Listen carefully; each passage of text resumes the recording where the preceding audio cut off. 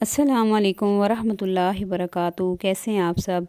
میری دعا ہے آپ جہاں پہ بھی رہیں ایمان کی بہترین حالتوں میں رہیں، اللہ تعالیٰ آپ کو اپنے گھروں میں خوش آباد رکھے۔ آپ نے دیکھا ہوگا کہ جب کبھی آپ شاپنگ کے لیے جاتے ہیں بازار، کسی شاپ پہ جاتے ہیں، کسی مال میں جاتے ہیں، تو کیا کبھی ایسا ہوا ہے کہ آپ وہاں سے چیزیں خریدیں اور آپ کے ذہن میں یہ خیال ہو میں جو کچھ مرضی یہاں سے خرید لوں، مجھے کوئی پوچھنے والا نہیں؟ یقیناً آپ کے ذہن میں یہ خیال ضرور ہوگا کہ جو کچھ بھی میں نے لینا ہے ضرورت کے تحت لینا ہے اور کاؤنٹر پہ جا کے میں نے سارا حساب دینا ہے، اور جتنا انسان کے پاس مال ہوتا ہے اس کے مطابق انسان اپنی ضرورت کی چیزیں خریدتا ہے۔ پھر یہ کہ انسان کو چیز بھی نہیں چھپا سکتا، کیوں؟ اس لیے کہ جگہ جگہ CCTV کیمرے لگے ہوتے ہیں۔ تو یہ مثال دے کے سمجھانے کا مقصد میرا یہ ہے کہ اگر ہم دنیا میں بھی زندگی گزارے ہیں تو یہ نہ سمجھیں کہ ہم جیسے مرضی ہے زندگی گزاریں، ہمیں کوئی پوچھنے والا نہیں ہے، ہم سے کوئی حساب لینے والا نہیں ہے۔ ایسی بات نہیں ہے، ہمیں دنیا میں جو کچھ مرضی ہم کر لیں، آخرت میں ہمیں ایک ایک چیز کا حساب دینا پڑے گا۔ ہمارے ہاں یہ جو نعرہ ہے نا، جیسے چاہو جیو، یہ ایک مسلمان کا نعرہ ہو ہی نہیں سکتا۔ مسلمان اس کے مطابق زندگی گزار ہی نہیں سکتا، خاص کر مومن جو انسان ہے، کیونکہ آپ صلی اللہ علیہ وسلم نے فرمایا کہ جو دنیا ہے وہ کافر کے لیے تو جنت ہے، لیکن مومن کے لیے قید خانہ ہے، یعنی قید میں انسان اپنی مرضی کا کوئی بھی کام نہیں کر سکتا۔ تو جو کچھ بھی ہم دنیا میں کر رہے ہیں، جوانی میں کیا کر رہے ہیں، بڑھاپے میں کیا کر رہے ہیں، یا ہم مال کہاں سے کما رہے ہیں، کیا کر رہے ہیں یا کیا نہیں کر رہے، کہاں خرچ کر رہے ہیں، ہم اپنا وقت زیادہ کس چیز کو دے رہے ہیں، ہم زیادہ تر اپنا وقت کس چیز میں ضائع کر رہے ہیں، ان ساری چیزوں کا ہمیں حساب دینا پڑے گا۔ اور حشر کے میدان میں جہاں پہ ہر چیز ہمارے خلاف گواہی بن جائے گی، یا ہمارے حق میں گواہی دے گی یا ہمارے خلاف گواہی دے گی، ہمارا اپنا جسم، ہماری سکن بھی بولے گی کہ اللہ تعالیٰ اس نے یہ کام کیے تھے۔ اگر انسان انکار کرے گا کہ نہیں میں نے یہ کام نہیں کیے تھے، تو اللہ تعالیٰ پھر اس جگہ کو بلوائے گا، وہ جگہ آگے پھر اس انسان کے خلاف گواہی دے گی یا اس کے حق میں گواہی دے گی۔ جیسے کام کیوں گے ویسے گواہیاں اکٹھی ہوتی جائیں گی۔ اور حشر کا میدان تو وہ ہے کہ جس کے بارے میں آپ صلی اللہ علیہ وسلم نے فرمایا کہ 5 سوال تو لازمی ہیں، اور ایسے لازمی سوال ہیں کہ جب تک ہم ان کا جواب نہیں دیں گے میدان حشر سے ہمارے قدم اٹھ نہیں سکیں گے۔ مکمل حدیث کیا ہے؟ حضرت عبداللہ بن مسعود رضی اللہ تعالیٰ عنہ سے روایت ہے کہ رسول اللہ صلی اللہ علیہ وسلم نے فرمایا، قیامت کے روز انسان کے قدم اس وقت تک نہیں ہٹنے دیں گے حشر کے میدان سے اللہ تعالیٰ، جب تک کہ 5 سوالوں کا جواب نہ دے۔ اب وہ 5 سوال کون سے ہیں؟ غور سے سنتے جائیں، اور ان سوالوں کی تیاری ہم نے دنیا میں کرنی ہے۔ نمبر 1، عمر کس کام میں کھپائی؟ نمبر 2، جوانی کس کام میں گزاری؟ نمبر 3، مال کہاں سے کمایا؟ نمبر 4، مال کہاں خرچ کیا؟ اور نمبر 5، اپنے علم کے مطابق کہاں تک عمل کیا؟ سے ترمذی نے روایت کیا ہے۔ اب اگر ایک ایک چیزوں کو دیکھا جائے تو نمبر 1، عمر کس کام میں کھپائی، کس کام میں عمر گزاری ہے؟ ہر انسان اپنے آپ کو دیکھے کہ ہم اپنے 24 گھنٹوں میں زیادہ وقت کس چیز کو دے رہے ہیں۔ ظاہر ہے دنیا کمانے والوں کے پاس بھی 24 گھنٹے ہیں اور آخرت کمانے والوں کے پاس بھی 24 گھنٹے ہیں۔ ذرا اپنے وقت کا آپ اندازہ لگائیں کہ ہمارا زیادہ تر وقت کس چیز میں گزرتا ہے۔ ہم نماز کو کتنا ٹائم دے رہے ہیں، ہم قرآن کو کتنا ٹائم دے رہے ہیں، ہم موبائل کو کتنا ٹائم دے رہے ہیں، ہم فضول باتوں میں کتنا ٹائم گزار رہے ہیں، ہماری یہ جو میسیجز وغیرہ ہیں اس میں ہم کس پہ جو ہے وہ زیادہ ٹائم گزار رہے ہیں، کس کو ہم کر رہے ہیں اور کیا کس قسم کے کر رہے ہیں۔ تو یہ ساری چیزیں اس میں آ جاتی ہیں۔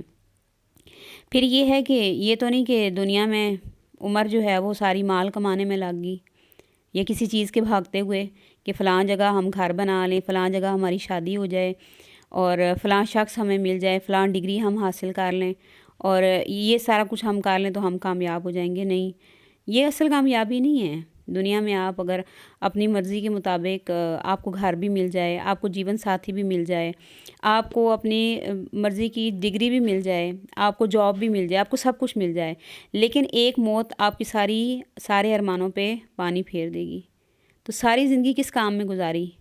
ذرا غور کریں، ابھی تک ہماری جو زندگی گزر رہی ہے ہم کس کام میں گزار رہے ہیں۔ نمبر 2، جوانی کس کام میں گزاری؟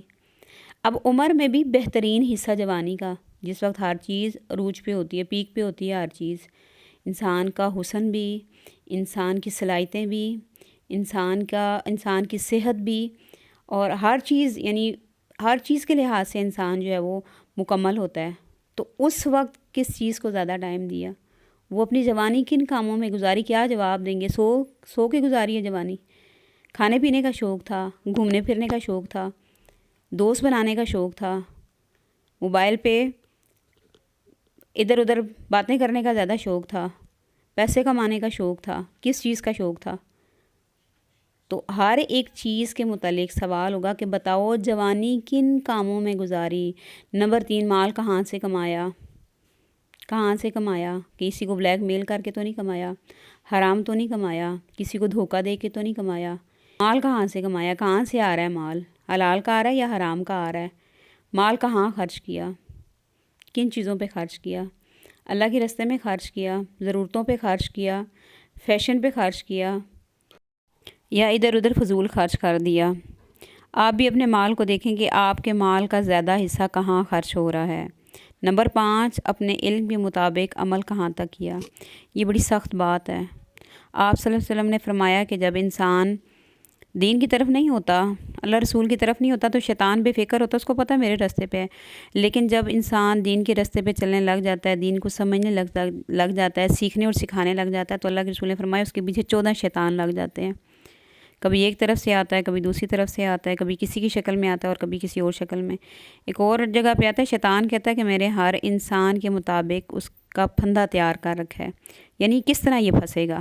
تو جو علم حاصل کیا اس پہ کہاں تک عمل کیا۔